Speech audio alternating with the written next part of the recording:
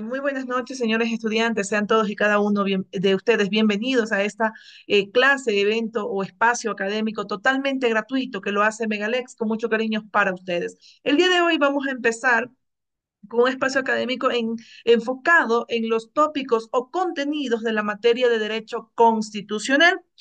En este momento les estoy compartiendo pantalla y como ustedes pueden ver, el temario proporcionado por la Universidad Técnica Particular de Loja en cuanto a la carrera de Derecho enfocada a los hitos que deben ustedes estudiar para el examen complexivo oral, comienza como yo les decía hace un rato en cuanto a derecho constitucional, comienza con elementos constitutivos del Estado. Van a hablar de principios fundamentales del Estado ecuatoriano y continúa con derechos y garantías. Pero yo quiero compartirles un poco en cuanto a la experiencia que en Megalex tenemos, llevamos preparando pues estudiantes desde el año 2019 con el primer examen complexivo oral que se dio en la carrera de Derecho, pues desde ese primer examen oral estamos preparando, ya llevamos pues algunos años de experiencia y es por ello que me atrevo a compartirle precisamente conocimientos que vamos a ver sin duda alguna dentro de la preparación, dentro del curso de Megalex. Y yo siempre empiezo derecho constitucional enfocando una pregunta importante, una pregunta indispensable, que es precisamente ¿qué es el derecho constitucional? Como usted acabó de ver en el examen complexivo, o perdón, en el temario de que le da a la universidad, no consta dichas preguntas. De hecho, el pequeño extracto de lo poco que les voy a mostrar ahora abarca dentro de esta materia, ni siquiera vamos a ver en este espacio académico el primer hito que consta dentro del temario. Entonces, retomando un poco lo que les decía, es importantísimo que usted tenga un pequeño concepto, y como yo lo digo en los cursos, ni siquiera solo de mi materia de derecho constitucional, sino yo le invito a que usted tenga un pequeño concepto de cada una de las materias que usted va a ser evaluado. Recuerde, usted puede ser sorteado en dos de las cinco materias que debe prepararse. ¿Cuáles son estas materias? Derecho civil, derecho laboral, derecho penal, derecho constitucional y procesal general, ¿verdad? Entonces, en cuanto a materia de derecho constitucional, ¿qué es derecho constitucional? Recuerde, ¿cómo puede usted responder al equipo evaluador? Es la rama del derecho público que se encarga de regular aquella relación que tiene el Estado con los ciudadanos, ¿verdad? Donde tiene como mecanismo el derecho constitucional, sirve como mecanismo para vigilar aquellos preceptos establecidos en la Constitución. También aquí quiero hacer otra puntualización, pregunta igual de cajón de examen. ¿Qué es la Constitución? Que ojo, son dos preguntas muy similares que intrínsecamente en efecto van a estar relacionadas, pero no es la misma respuesta, o sea, no es lo mismo. Derecho constitucional, repito, es aquella rama del derecho público que regula las relaciones que deben tener los ciudadanos hacia con el Estado, ¿verdad? Es decir, cómo se relaciona la administración pública en plena armonía con los titulares de derechos para que esto, pues, en efecto pueda garantizar estos derechos. Así también es un mecanismo que sirve para vigilar los preceptos constitucionales y definir también los poderes de gobierno. Dicho sea de paso, aquí salta otra pregunta de cajón de examen, por ejemplo, ¿cuáles son los poderes del Estado? Nosotros dentro de la Constitución se regulan cinco poderes: el poder ejecutivo, el legislativo, el judicial, el de transparencia y control social y el poder electoral. Mire cómo nos sirve precisamente estas generalidades para ir asentando o construyendo cimientos dentro de la materia que más adelante, pues a medida que vayamos avanzando, justamente vamos a ir afianzando esos conocimientos. Y segunda pregunta de cajón de examen, ¿qué es la Constitución? Recuerde que es la norma suprema, aquella que rige todo el ordenamiento jurídico ecuatoriano, es decir, que esta norma o esta Carta Magna tiene como finalidad garantizar y proteger los derechos de los titulares de derechos. Recuerde que este texto político jurídico prevalece sobre cualquier otra norma del ordenamiento jurídico ecuatoriano. Son preguntas, como les decía, de cajón de examen que si bien no están o no constan dentro del temario, le prometo que usted va a ser evaluado en estas interrogantes. Otra pregunta de cajón de examen es precisamente cuál es la diferencia entre la Constitución del 98 y la Constitución del 2008. Miren, no está eso en el temario, pero es una pregunta que de cada 10 estudiantes, por lo menos a los 7 estudiantes, lo hacen. Diferencias entre estas dos constituciones. La constitución del 98 obviamente tenía un enfoque más progresista. La constitución del 2008, que es la constitución vigente, pues obviamente es una constitución enfocada a ser constitucionalista de derechos y justicia, ¿verdad? En ese sentido, ¿cuáles son las diferencias? Por ejemplo, en la Constitución del 2008 se otorga o se regula por primera vez el voto facultativo para los miembros de las Fuerzas Armadas y las Policías Nacional, así como los jóvenes de entre 16 a 18 años, porque a partir de los 18 años, pues obviamente el voto es obligatorio. Así también la Constitución vigente hace una clasificación en cuanto a las categorías de los derechos, ya sectoriza, amplía muchísimo más los derechos colectivos y los enfoca en una categoría denominada derechos de las comunidades, pueblos y nacionalidades.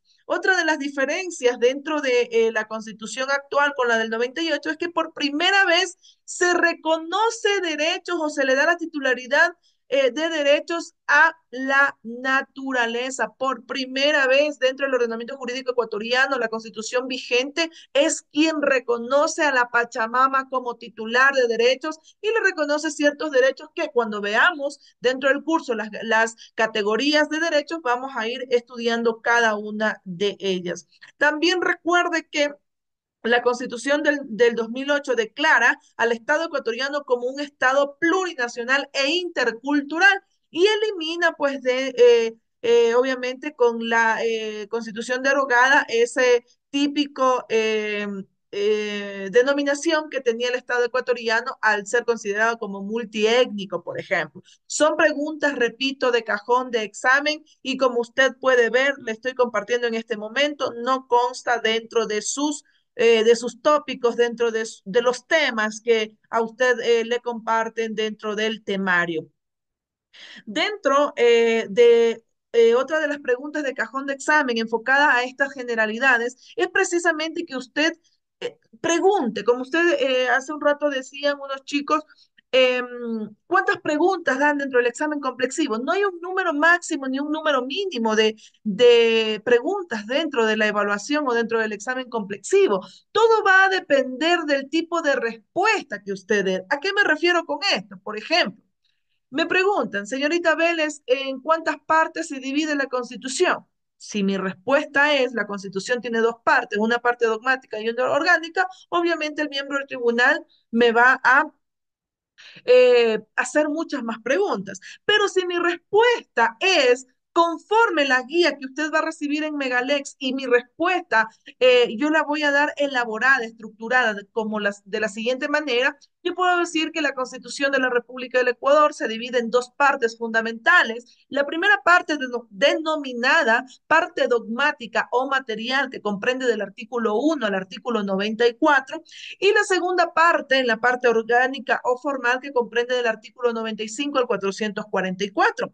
En la primera parte se vienen a determinar principios, valores que inspiran al Estado, así como los derechos y garantías de los titulares de derechos de las personas y las responsabilidades que tenemos como ciudadanos. Y en la segunda parte ya se viene a estructurar a todas las instituciones públicas que obviamente son producto de la propia Constitución para que trabaje como tal el Estado. También se determinan los mecanismos de control, de colaboración, las instituciones que son creadas por los poderes públicos y se determina la organización territorial del Estado. Recuerden, la Constitución actual entró en vigencia el 20 de octubre del 2008, cuya última reforma se dio el 25 de enero del 2021. A lo largo de la historia del ordenamiento ecuatoriano, pues hemos tenido 20 constituciones. 19 constituciones derogadas y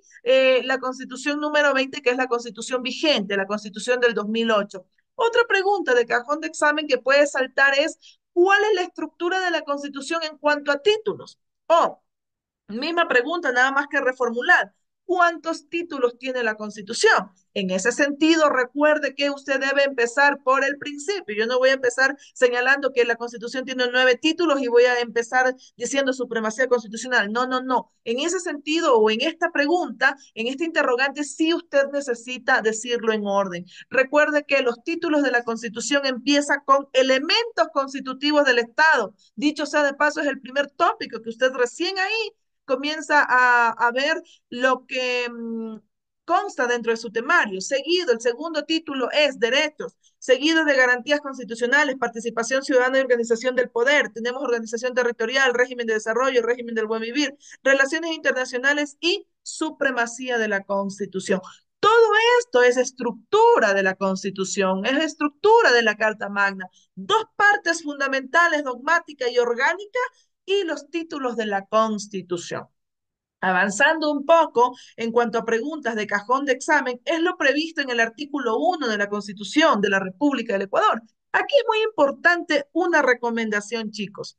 Como decía la magíster Intriago hace rato, el mecanismo o la recomendación, los tips o el modo de dar clases en Megalex es que usted entienda la materia. Una vez que usted entiende qué quiere decir, qué es lo que estamos estudiando, usted va a reforzar obviamente con el autoestudio para que usted pues en efecto salga victorioso de ese examen complexivo. El artículo 1 de la Constitución, muchísimos estudiantes, ¿qué es lo que hacen? Aprendérselo de memoria.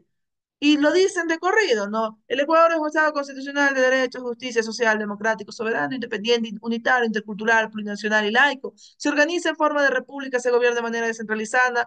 Descentralizada, la soberanía radica en el pueblo cuya voluntad es el fundamento de la autoridad, se ejerce a través de los poderes públicos y de las formas de participación directas previstas en la Constitución. Los recursos naturales no renovables del territorio ecuatoriano son o pertenecen a su patrimonio inalienable, imprescriptible y renunciable. Perfecto. Muy bien. Se memorizó precisamente el artículo 1. Pero ¿qué pasa? Y ojo, dicho sea de paso, los miembros del tribunal lo hacen. Muchísimos miembros de los tribunales, al momento que usted le dice de memoria el artículo 1, inmediatamente el miembro del tribunal le dice, perfecto, usted me acaba de decir que el Estado ecuatoriano es un Estado constitucional de derechos y justicia. ¿A qué refiere aquello? Mira entonces cómo yo debo entender a qué refiere un Estado constitucional de derechos y justicia, a qué es garantista. Recuerde, el Estado ecuatoriano es garante de los derechos de las personas y el bienestar colectivo, porque como principio constitucional tenemos que todos y cada uno de los derechos son plenamente justiciables. ¿Por qué el Estado ecuatoriano es social? Porque busca la solidaridad, se enfoca en en la equidad, en la igualdad para alcanzar esa justicia social. ¿Por qué es democrático? Porque tenemos la potestad de elegir y ser elegidos. ¿Por qué es soberano? Conforme lo habíamos visto en el propio artículo 1, porque la soberanía radica en el pueblo cuya voluntad es el fundamento de la autoridad y se ejerce a través de los órganos de poder público y de las formas de participación directas previstas en la Constitución. ¿Qué me quiere decir aquello? ¿Dónde yo lo plasmo este Estado soberano? En algo tan indispensable. ¿Cómo creen ustedes que tiene esa autoridad o es el fundamento que tiene el primer mandatario, el señor Daniel Noboa Sin, en este momento? Porque la voluntad del pueblo que decidió en urnas, la mayoría votó, sufragó, ¿verdad? Ejerció su derecho al voto y apoyó a este señor. Entonces, la mayoría, a través de las formas de participación directa, que es, por ejemplo, entre otros, el voto, le dio el fundamento para que Daniel Noboa Sin sea autoridad, en este caso primer mandatario, y así también de los otros poderes del Estado, por ejemplo, los legisladores. Los asambleístas son elegidos por voto popular que sirven de fundamento para que ejerzan esa autoridad. Eso es la soberanía. Y eso es lo que nos quiere decir el artículo 1 cuando nos habla de que la soberanía radica en el pueblo cuya voluntad es el fundamento de la autoridad.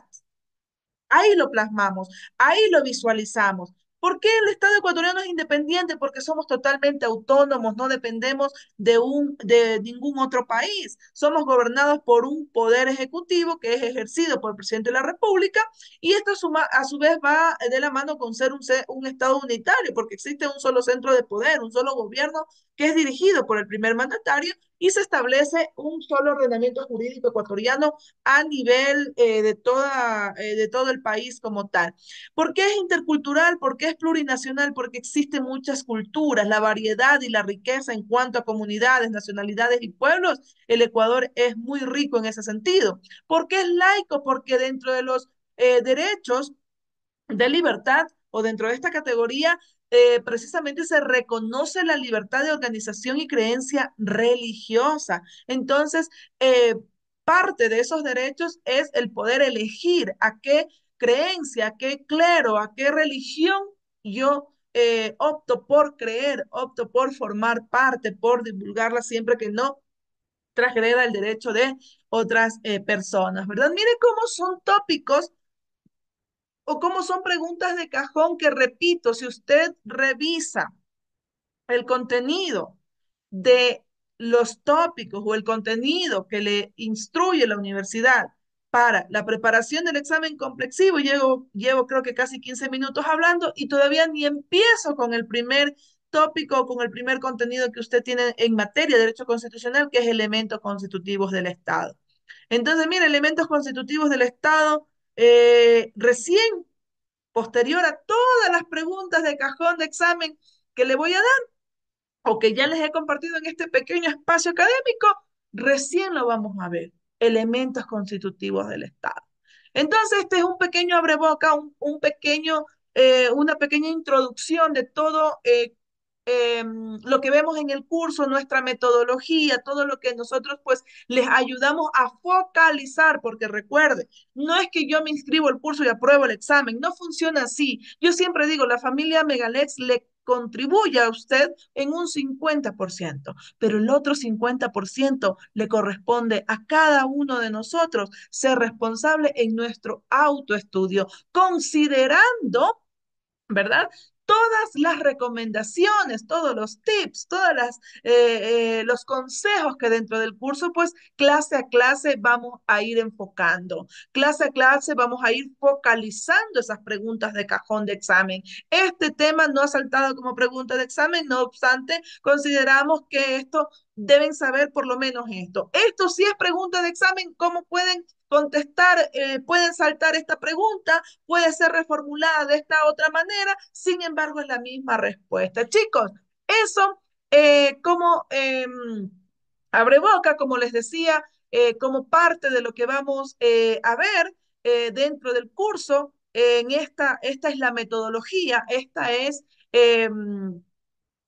parte de cómo funcionamos como familia Megalex. Bienvenidos todos, mi nombre es Carolina Vélez y dentro de Megalex pues les ayudo a focalizar los tópicos y contenidos de las materias de Derecho Constitucional y de Derecho Procesal General. Un verdadero placer haber formado parte de este espacio académico gratuito que será subido a redes sociales para que usted siga preparándose para el examen complexivo. Éxitos desde ya. Adelante, compañeros. Sí, sí, tampoco no he estado al tanto de los casos que últimamente se han dado en el tema penal. Entonces, yo sí quisiera que durante el curso de pronto me pueda explicar eso, porque eso Sí, dice que más o menos están tomando en el examen. Como es. efectivamente, Carla, al menos en penal y procesal penal, como les decía, gracias a nuestros políticos y todo eso, tenemos material fresquito para los profesores. Es decir, de ahí cogen metástasis, purga, plaga y todos ese tipo de cosas. Concretamente, vamos inclusive aterrizando la materia o acomodando la materia a los casos. Caso metástasis. Es un proceso penal que está a punto de terminar la audiencia de juzgamiento, audiencia de tribunal, ¿no es cierto? Consiste, o más bien dicho, se procesó a 40 y pico de personas por el delito de delincuencia organizada, ¿sí? ¿Cómo se adecua esto a la materia? Ojo, el tema de la vinculación a la instrucción, ¿no es cierto? ¿Qué pasa cuando hay vinculación a la instrucción? La norma me dice que se extiende 30 días más, ¿no es cierto? En caso metástasis, este caso se dio por formulación de cargos, es decir, no hubo flagrancia acá, más allá de que a través de una orden de detención, que es una medida cautelar, ¿no es cierto? El fiscal, la fiscal general le pidió al juez nacional que se emita una orden de detención en contra de estos 40 y pico de personas procesadas. Los detuvieron, que fue en diciembre del año anterior, 2023, diciembre 14, si mal no recuerdo, no me acuerdo bien la fecha. Llegaron a la Corte Nacional y la fiscal general empezó a formularles cargos una por una, a uno por uno. Por eso esa audiencia duró más o menos 30 horas. Se formuló cargos por delincuencia organizada y luego, en el avance de la instrucción fiscal, ¿cuánto iba a durar la instrucción fiscal? Si no era flagrancia, iba a durar 90 días, de acuerdo a lo que vimos ahí en el 592, ¿no es cierto? 30 días, perdón, 90 días, pero como hubo vinculación, ¿a quiénes vincularon? En noticias salió que iban a vincular, entre otros, siempre se va el nombre de este ex asambleísta, creo que es medio coño este, se me va el nombre, pero le dicen, Ronnie salió Aliaga. Ronnie Ronnie Aliaga. Aliaga, gracias Melissa, sí, Ronnie Aliaga. Entre ellos vincularon a estas personas, que se extiende 30 días más la instrucción, hasta los 120 días. Miren lo importante de conocer los casos mediáticos. Ahora bien, ¿para qué me sirve también este caso? Para entender las reglas de la competencia. Es decir, ¿qué juez es el competente en materia penal para juzgar? ¿Por qué? Sabemos que en las noticias salió en la Corte Nacional, pero ¿es por qué? ¿Sabemos el por qué el juez nacional es competente para juzgar este tipo de casos? ¿Por qué? Justamente por las reglas de la competencia. ¿Qué me dice la norma en cuanto a la competencia? Primero, la jurisdicción. La jurisdicción es la potestad pública de juzgar y ejecutar lo juzgado. Pregunta de cajón también. ¿Qué es la competencia? La competencia es el límite que se le impone a esa jurisdicción. ¿Cuáles son esos límites? Son las personas, los grados, el territorio y la materia. En cuanto a las personas, hay personas que tienen fuero de corte provincial, fuero de corte nacional. Y las que tienen fuero de corte provincial serán juzgadas en la sala penal de la corte provincial. Las que tienen fuero de corte nacional serán juzgadas en la sala penal de la corte nacional. ¿Y quiénes en el caso Metástasis tenían fuero? Wilman Terán, expresidente del Consejo de la Judicatura y ex juez nacional. Él tenía fuero de Corte Nacional. Por eso es que todo el proceso penal se fue a sustanciarse en la Corte Nacional de Justicia. ¿Sí? Por eso es importante saber el caso en concreto, el caso mediático, para irlo adaptando a la materia, en este caso a las reglas de la competencia.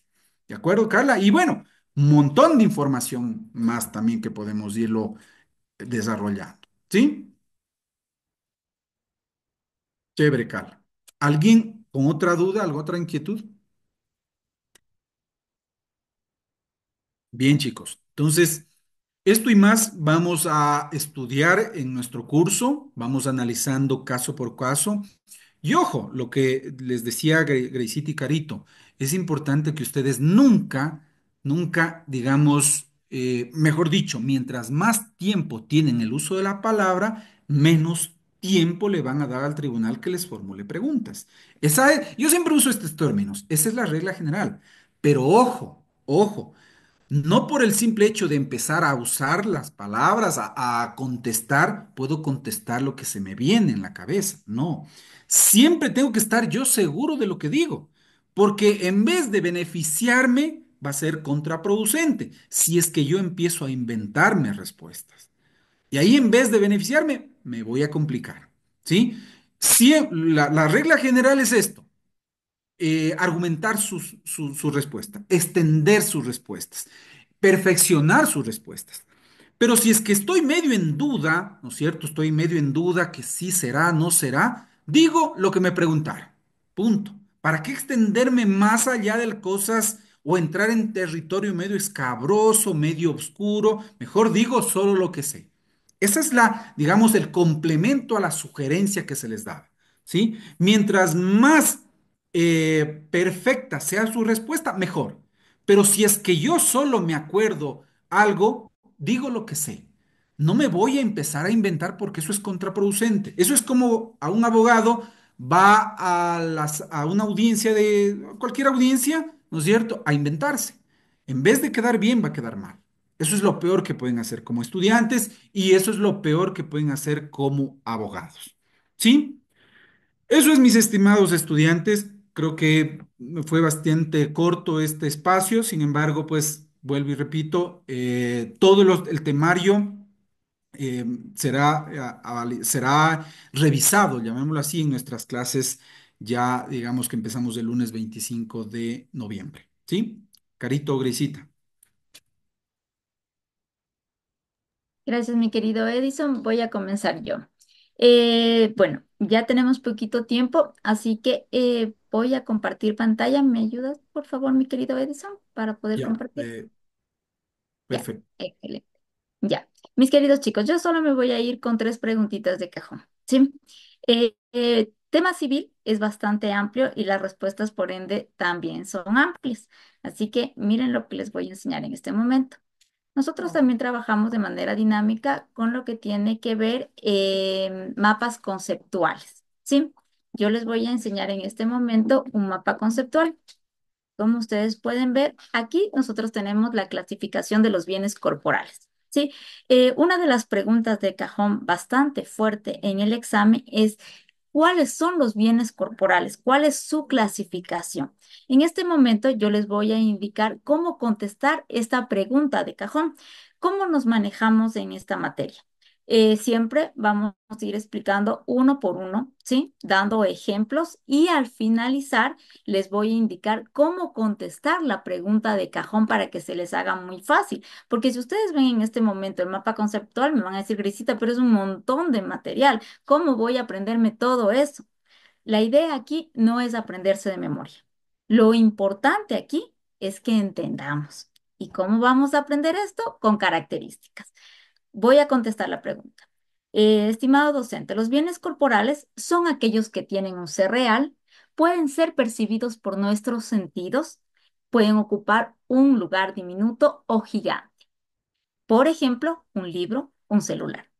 Estos se clasifican de la siguiente manera. Tenemos los bienes muebles. Los bienes muebles son aquellos que se pueden transportar de un lugar a otro, como los animales que se les conoce como semovientes o como cosas inanimadas.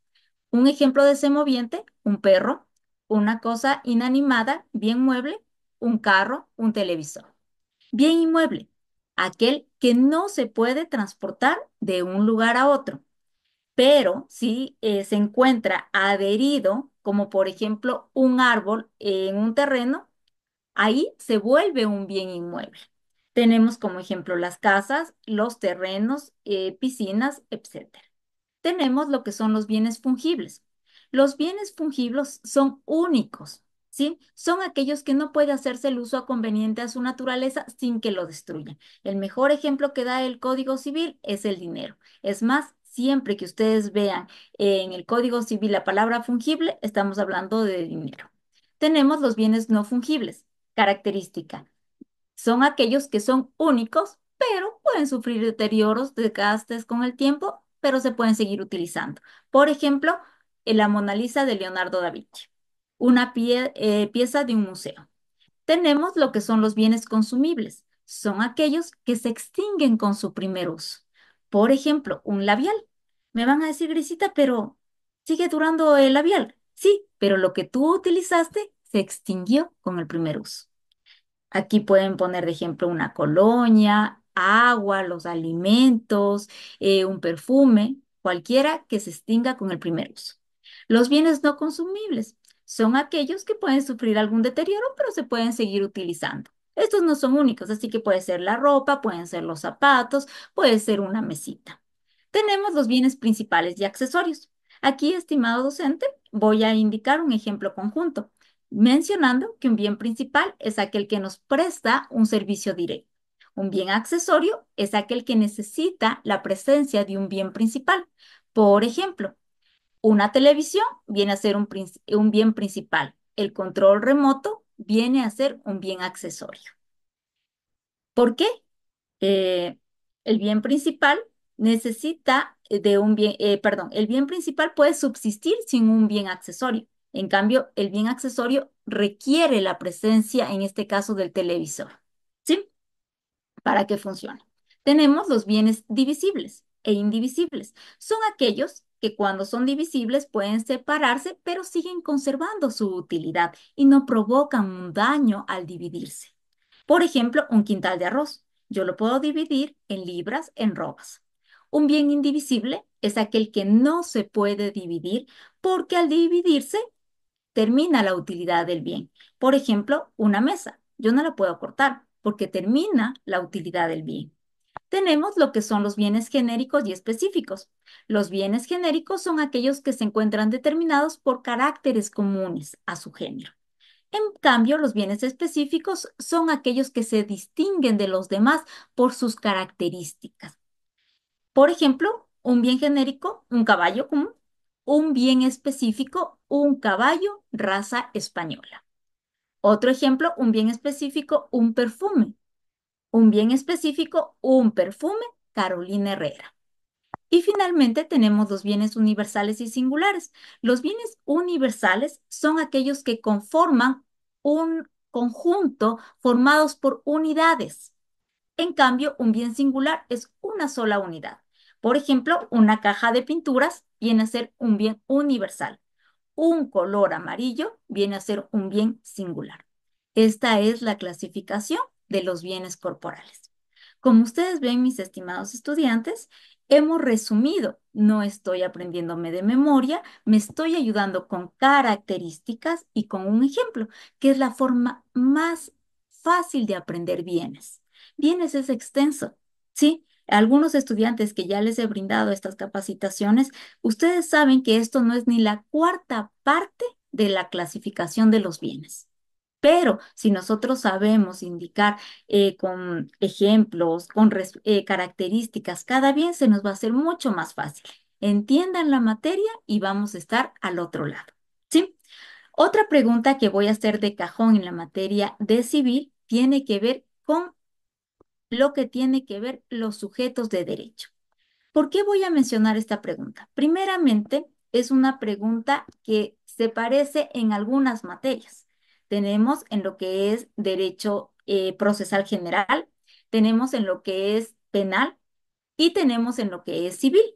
Pero nosotros tenemos que estar muy atentos en qué materia nos están haciendo esta pregunta para saber contestar.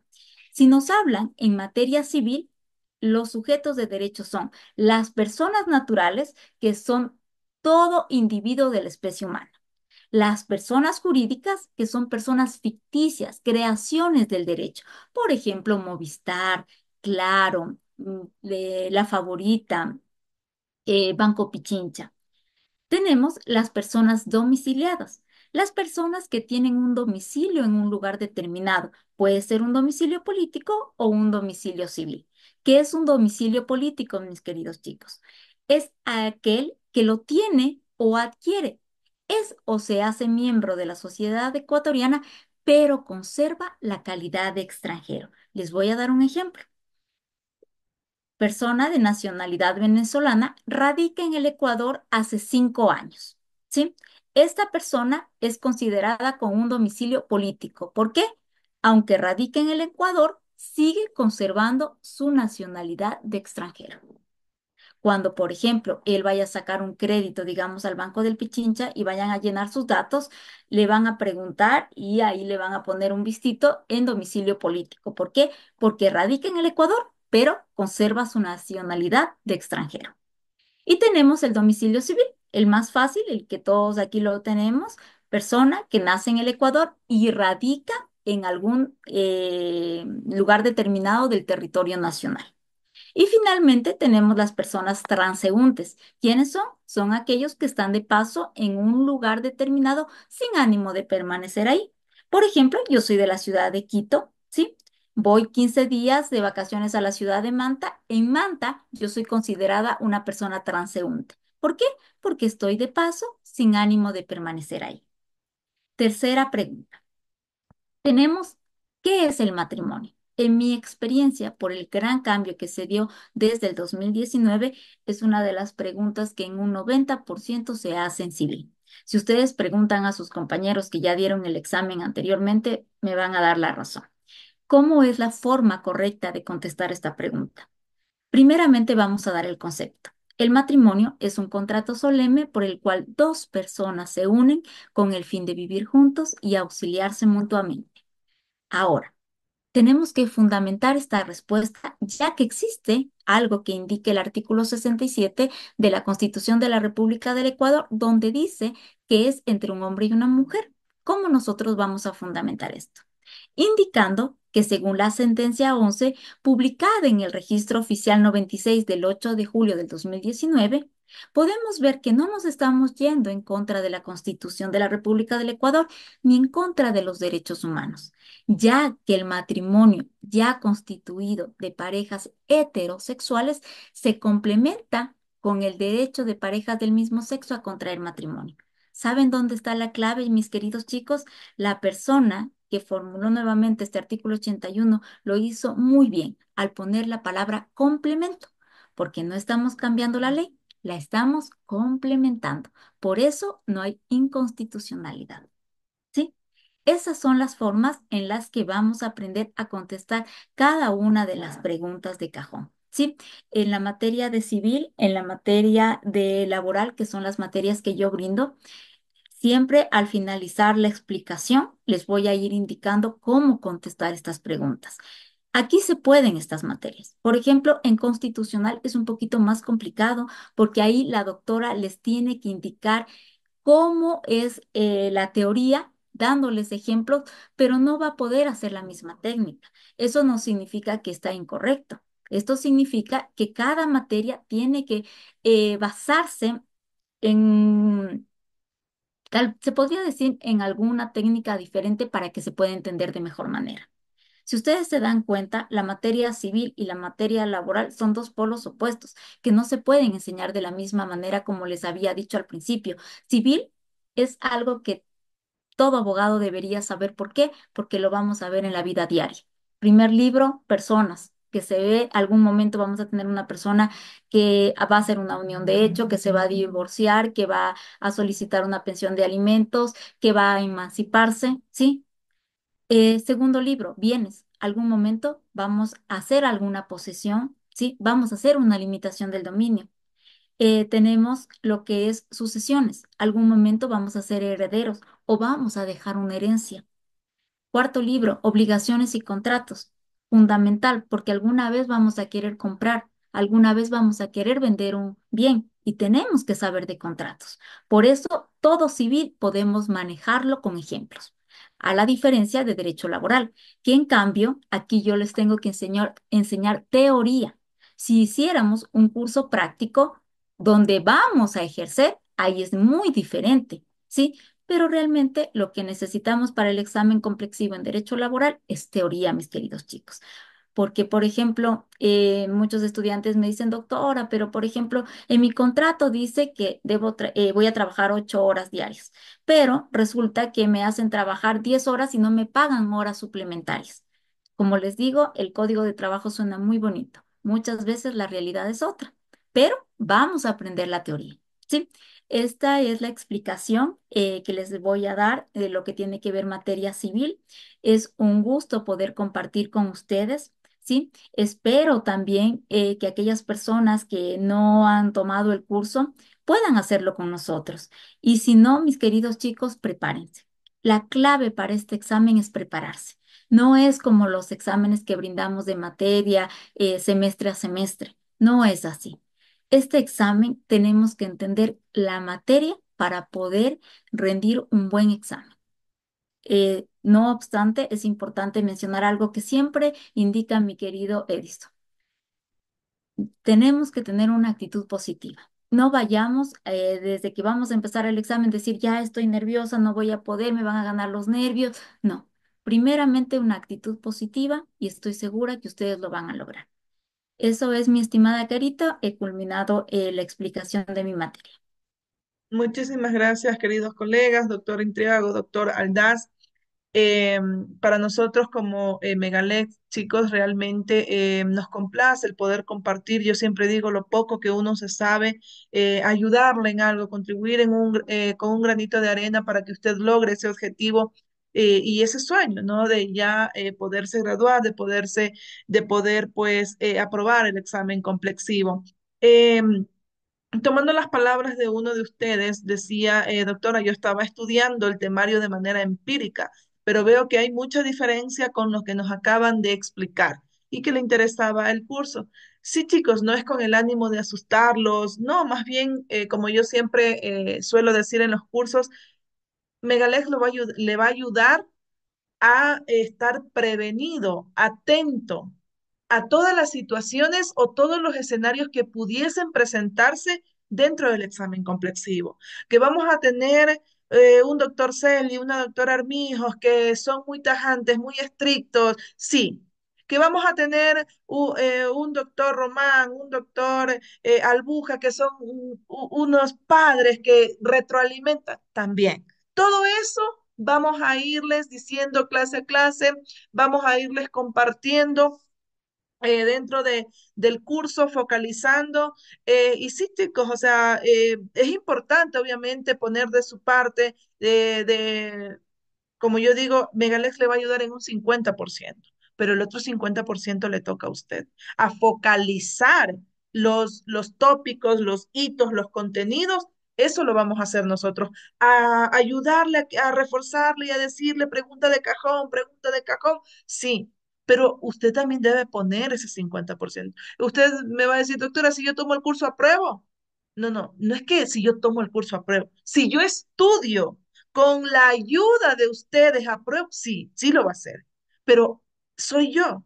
Dios dice, ayúdate que te ayudaré, digo yo. Y Edison siempre dice, es que no me va a venir solo lo que yo no he estudiado a darme, ¿no es cierto? Entonces, en efecto, chicos, debemos, como decía Grace, tener actitud positiva, pero también estudiar.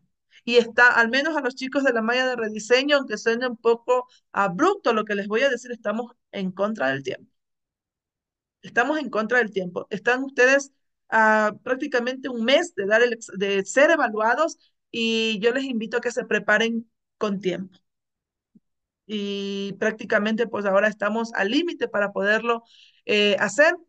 Muchísimas gracias por haber asistido a este pequeño espacio académico donde lo hemos hecho de manera gratuita y con muchísimo gusto. Lo vamos a subir a redes sociales para que ustedes puedan ver parte de la clase, porque de antemano les digo, no se grabó toda la clase, hubo problemas técnicos ahí, pero la mayor parte de la clase pues está grabada, lo vamos a subir a YouTube para que ustedes pues lo puedan realizar. Beatriz, me encantó la clase, explican súper bien los doctores. Si quieren inscribirme, por favor, muchas gracias. Con todo gusto, chicos, les comparto nuevamente el grupo de WhatsApp y les voy a compartir los contactos de la doctora Intriago y de quien está hablando con ustedes en este momento, Carolina Vélez, para que nos puedan escribir y con gusto receptamos justamente las inscripciones. Adelante, Edison, adelante, Graceita. De mi parte, un hasta luego y siempre pueden confiar preguntar en Megalex. Así los estudiantes, si tienen alguna duda, estamos siempre prestos a poder ayudarle en lo que usted necesite. Una bendecida noche con todos. Muchísimas gracias, queridos colegas, por haber colaborado en este espacio académico gratuito otorgado por Megalex. Muchísimas gracias. Gracias, Carito, Graciita, señores Gracias, hasta estudiantes, bienvenidos a esta hermosa comunidad. Es una comunidad de apoyo para ustedes, ¿sí? Bienvenidos nuevamente y no se olviden lo que Graciita me hizo acuerdo, siempre la actitud mental positiva. Eso marca muchísimo. Inclusive si ustedes al momento de iniciar su examen complexivo, el tribunal les pregunta, ¿qué tales están? ¿Está preparado? Y ustedes dicen, sí, estoy preparado. Ahí ganan ya un 50%, porque le están dando al tribunal, le están dando a entender de que están preparados. ¿Sí? Entonces, Eso marca muchísimo en cuanto a la actitud, ¿no? Bienvenidos, señores estudiantes, bienvenidos a Megalex. Una linda noche.